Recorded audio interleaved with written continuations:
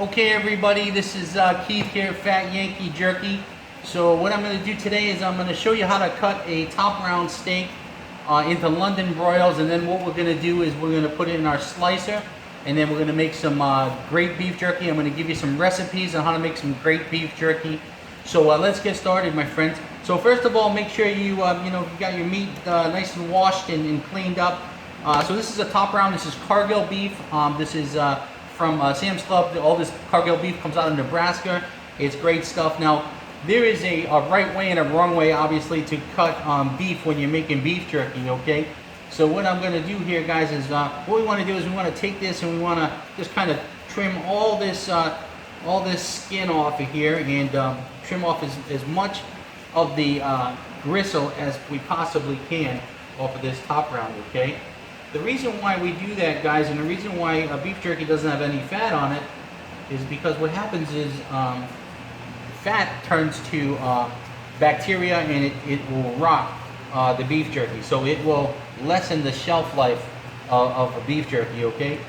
So now at Fat Yankee, what we do is we make craft beef jerky, guys, and what that means is we just simply make it like a craft beer. We make it in small batches, okay?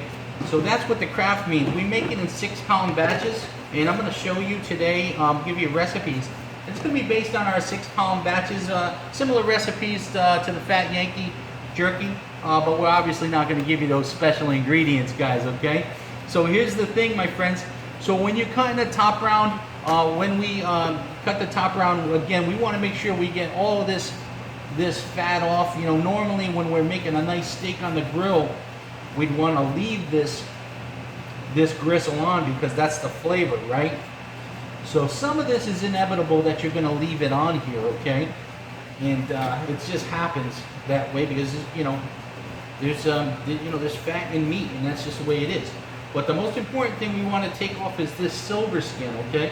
So some of this silver skin, this thick skin, and you're going to find when you cut these top rounds out that you're always going to find the silver skin and some of the fat, and always in the same places of the top round, okay? So this is what we're looking like now. There's a little vein of fat over here. I'm going to cut that out on the side, guys, okay? And just make sure you're using your knife safely, and try not to cut towards yourself, and make sure that you're always in control of that knife blade, okay? Guys, you don't want any accidents. Alright, so now we've got our nice trimmed up top round here, guys. This is what it looks like. See how fast that was? Nice. And then the other side, you see, is just as nice here. Nice and lean, okay? So now we're going to make that beautiful, beautiful London broils that we see as a finished product in the store, okay? And how we do that is we're going to cut that right down the middle, okay, my friends?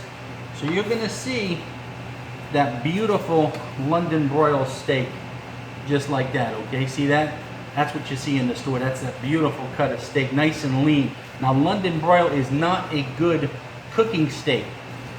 When you cook a steak, you want a steak that has a lot of gristle in it, okay? So when you cook something on the grill, but in beef jerky, you want a steak that is very lean, okay? So now I'm just going to get a bucket to put these steaks in. Okay, so now we're going to cut up these steaks. There we go. Got a bucket to put that stuff in. My lovely assistant over there. So we're going to put this in. So now after we make these steaks, my friends, we're gonna chop these up. Okay, so look, see how nice. We're going to cut that about an inch thick, and we're going to cut this against the grain. Okay, so that's very important when you're cutting a London broil steak or any steak.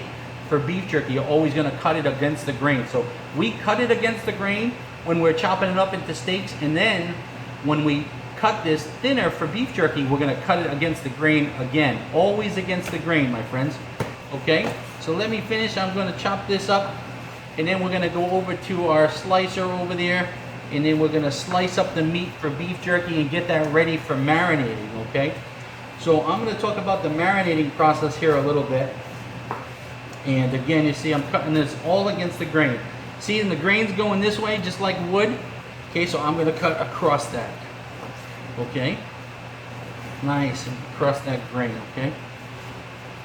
So now, when I want to talk to you about the marinating process, the most important thing I want to tell you about that process is that you use salty products such as soy sauce, Worcestershire, although Worcestershire has a very strong flavor, so people always use too much Worcestershire sauce, which is absolutely insane to me because it gives it too much of a strong flavor. We like to use soy sauce as a cure, and you want to, if you're going to use soy sauce, and you want your beef jerky to be healthy and low in sodium, by using the soy sauce, you can either use low sodium or just regular soy sauce. But the key is, my friends, not to use any MSG or any nitrates in it. That's so important to keep your beef jerky low in sodium, especially if you're feeding your family with it.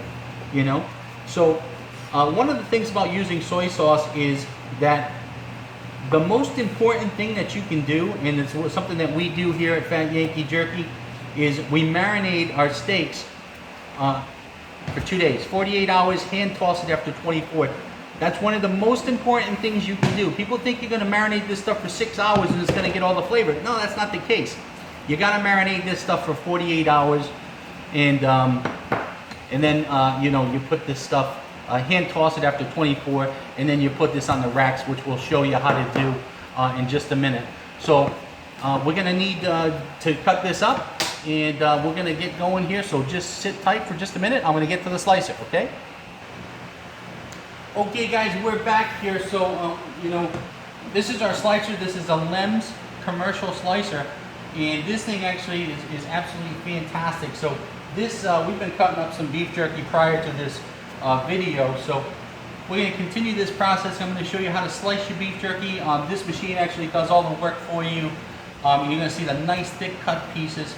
But one of the things I wanted to mention when we were trimming the beef, and I forgot to mention, as you see me throwing my scraps in the scrap bucket here, okay? One of the things I want to mention to folks is you don't have to waste that stuff. That scrap can make some fantastic hamburgers. So you can go out and get yourself, for under $20, a hand grinder. And the only thing you don't want to put in the hand grinder to make hamburger is the silver skin, that real thick skin, okay? So now if you're making London broils, or you got London broils from the store, they're already trimmed, you don't have to worry about that silver skin. Throw the fat in there, and if you're doing enough of it, you can make yourself some fantastic hamburger. I like to season the hamburger and then put it in the freezer and make some great Black Angus beef burgers there. So guys, I'm going to get a little loud here for a second. We're going to trim this beef. Let me show you how to do that real quick. Okay, so I'm going to go against the grain, okay? So everything I do here is against the grain, okay? And just slide this through like this. All right. Quick, you see how fast this Lem's machine is a great product, guys. I picked this one up at Cabela's, and we've been using this here for over a year now, and it's just a workhorse. Okay, so we'll put our steaks in just like this. Again, the long way against the grain, and we get some great slices here. I'm going to show you what those slices look like in just a minute. And I do this kind of fast, guys, because I know what the grain is, and I've been doing this for quite some time, so I know every piece that I put in, how to put it in, and make sure it's against the grain. Okay, that's so important, because if you don't do it against the grain, your jerky's going to be tough. Now, anytime you cut, even chicken, if you cut it with the grain, it's going to be tough. So that's so important. A lot of people don't realize that when you're cutting any kind of meat, cut it against the grain. Okay, there's some nice big steaks here. All right.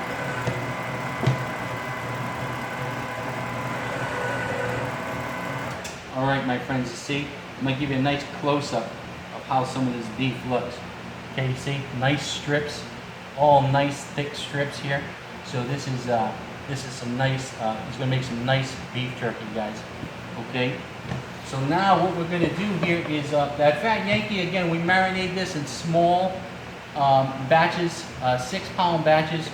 So we are going to put this beef jerky in 6 pounds, separate it, and do our marinades. And then we're going to show you a nice recipe on how to make beef jerky. And that's it, my friends. So we'll see you in a second. Let us get started in just a moment, okay?